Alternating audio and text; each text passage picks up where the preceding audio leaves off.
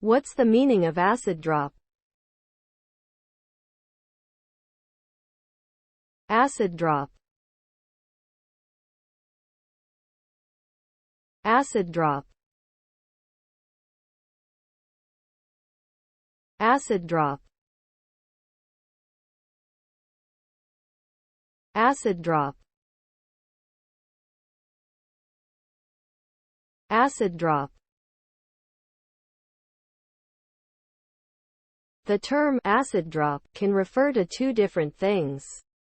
In the United Kingdom, it is a type of candy that is made with sugar and tartaric acid. It is a hard, round candy with a sour taste. In the United States, acid drop is slang for taking LSD, a hallucinogenic drug.